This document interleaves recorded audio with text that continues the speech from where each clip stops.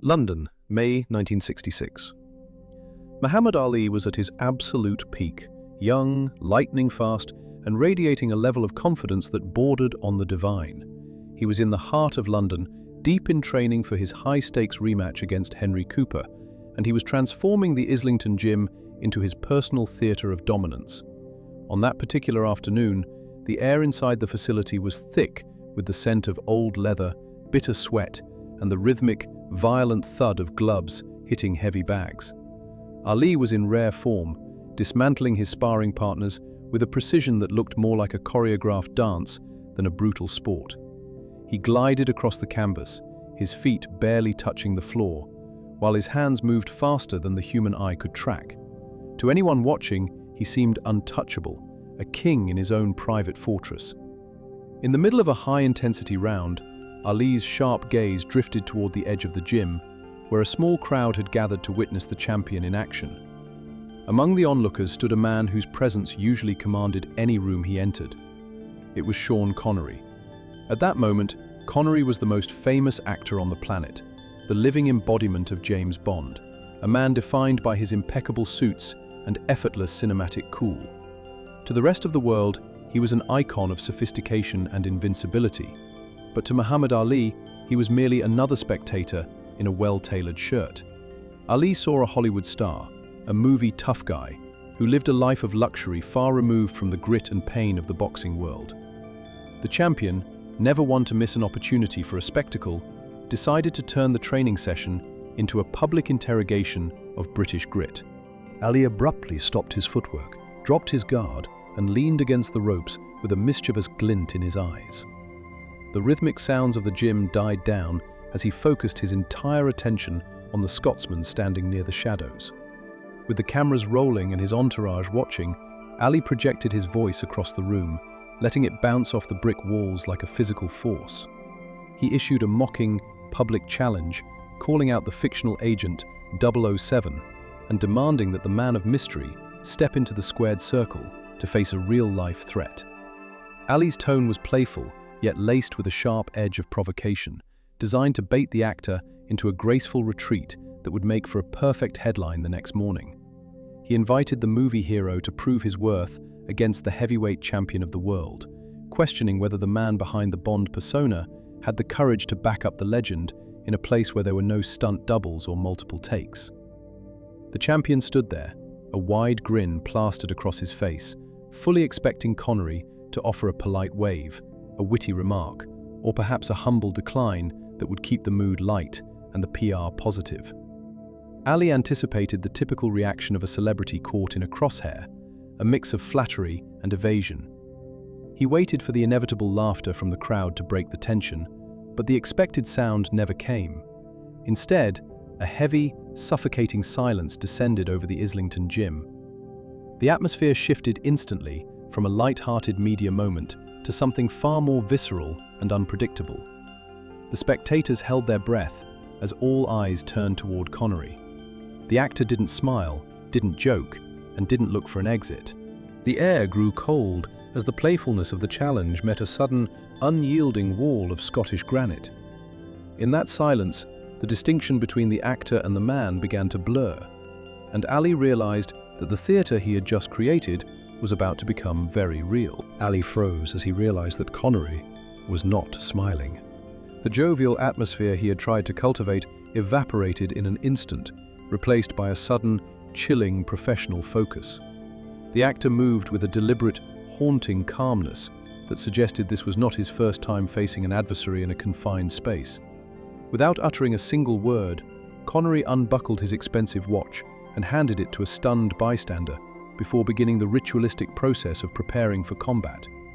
He meticulously wrapped his hands, the white cloth disappearing beneath his palms with a practiced efficiency that spoke of long hours spent in dusty local gyms far from the glitz of London's premier theatres.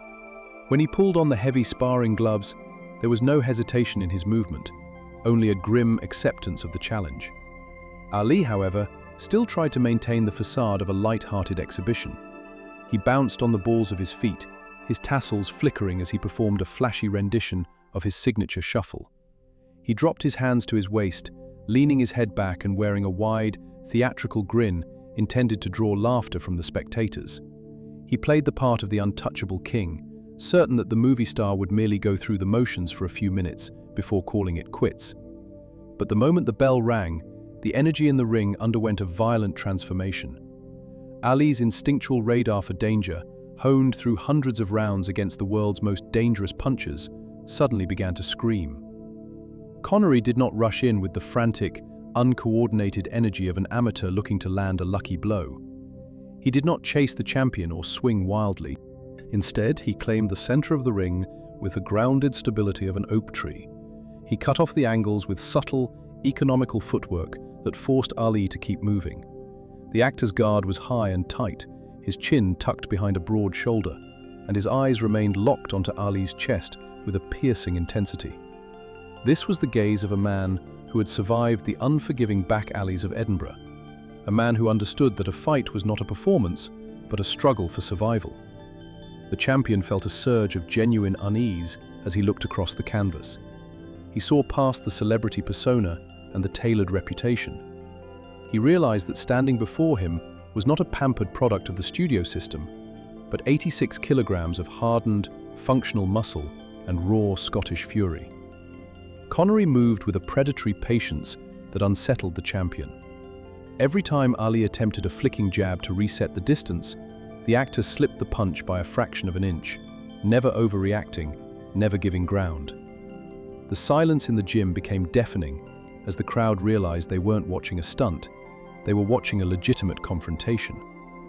Ali's smile began to falter, his lips tightening into a thin line of concentration. He realized he could no longer afford to play the clown. The man in front of him wasn't intimidated by the lights or the legend. To Connery, Ali wasn't the great one. He was simply the target. The weight of the actor's presence filled the ring, a heavy, suffocating pressure that demanded total respect. As they circled, the rhythmic squeak of boots on the canvas sounded like a countdown. Ali shifted his weight, his mind racing to recalibrate his strategy.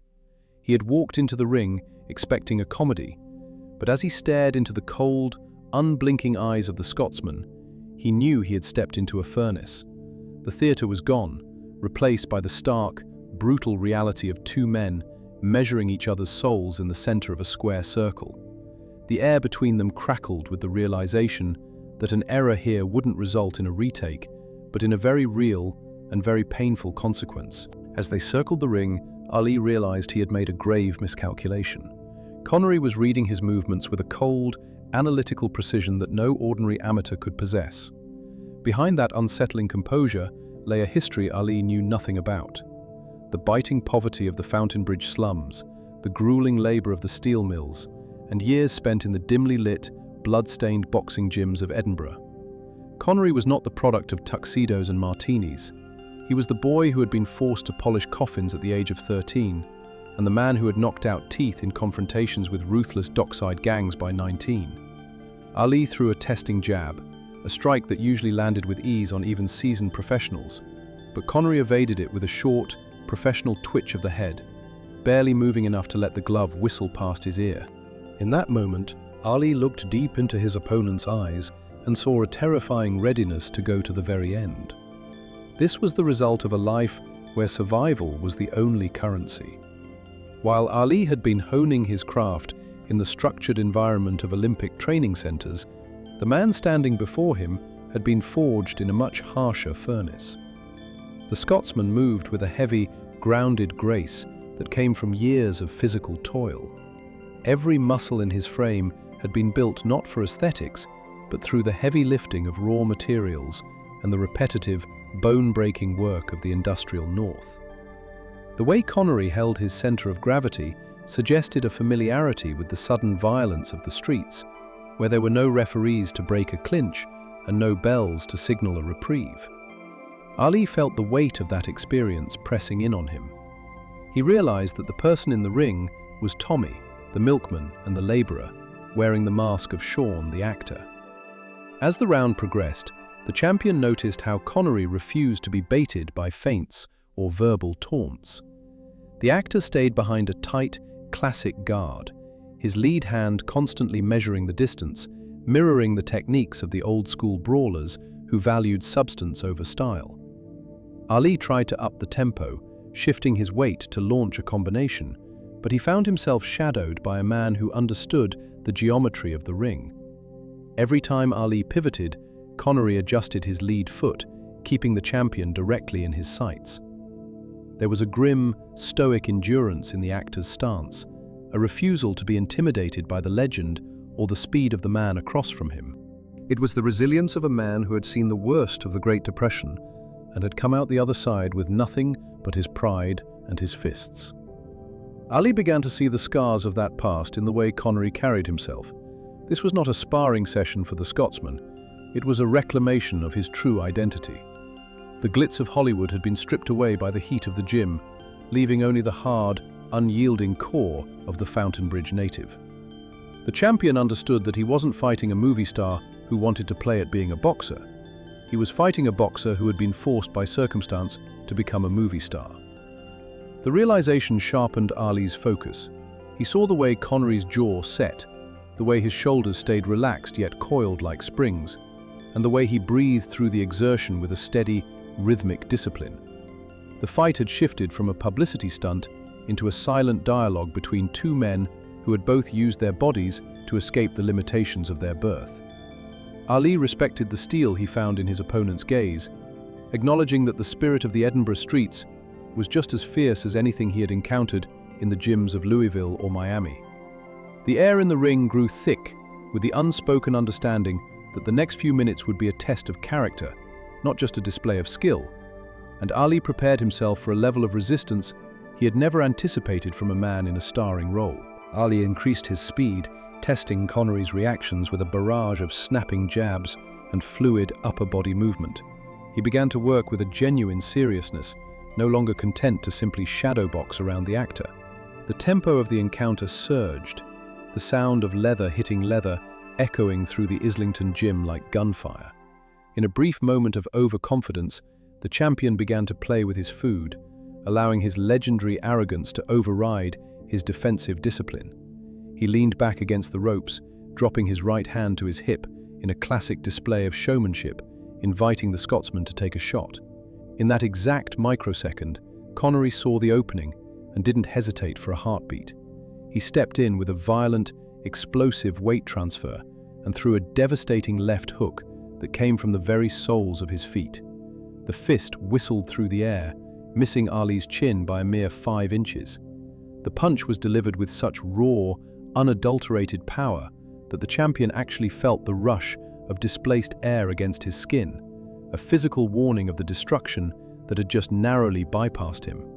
Ali recoiled instantly, snapping back into a high guard as his face went cold and intensely serious. He understood in a flash of clarity that if that blow had connected, the headlines of the world's newspapers the following morning would have announced the humiliating downfall of the greatest at the hands of a movie star, effectively torching his reputation and his career. The playfulness was dead. For the remainder of the session, the sparring match transformed into an authentic, high-stakes battle.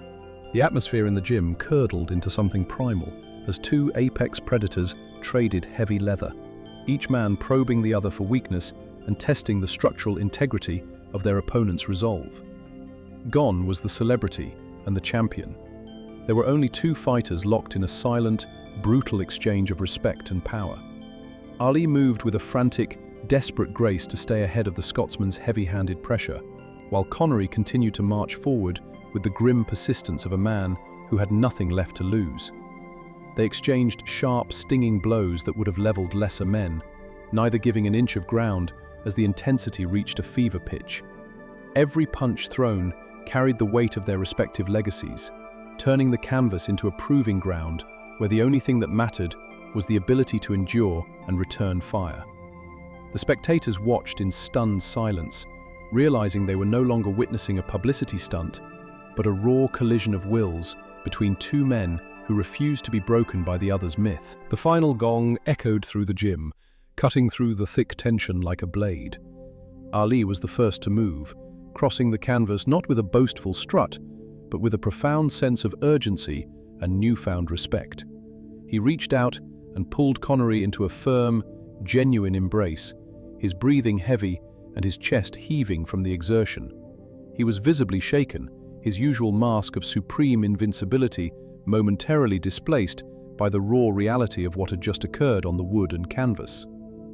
As they stepped out of the ring, dripping with sweat and adrenaline, the champion faced the gathering swarm of reporters and photographers with a look of startling intensity. He wasted no time on poetic descriptions or clever rhymes, declaring to the press with blunt honesty that the man standing beside him was dangerous in a way few could comprehend. Ali understood in that quiet aftermath that he had encountered a kindred spirit, a man who, much like himself, had clawed his way out of the shadows of poverty and the crushing weight of low expectations to redefine his own destiny. This accidental collision of worlds, born from a playful taunt, rapidly solidified into a deep and unwavering friendship that would span the next 3 decades. In the years that followed, when the political tides turned and Ali faced his darkest hour, stripped of his title and banned from the sport for refusing to compromise his conscience during the Vietnam War, Connery stood as a steadfast ally. The actor used his global platform to defend the champion's right to follow his principles, recognizing the same stubborn steel in Ali that had carried him through the slums of Edinburgh. As the two legends eventually walked out of the Islington gym and back into their respective lives, they shared a secret knowledge that the public could never fully grasp. They knew that when the lights are bright and the world is watching, titles, wealth, and fame are merely illusions that vanish the moment a fist is cocked. They had looked into each other's eyes in the heat of a real struggle and confirmed a fundamental truth. In the final reckoning, status means nothing, and the only thing that remains is the true quality of the man underneath. They left the building not as a movie star and an athlete, but as two survivors who had tested their limits and found them unbreakable, bonded by a code of honor that required no words and no witnesses.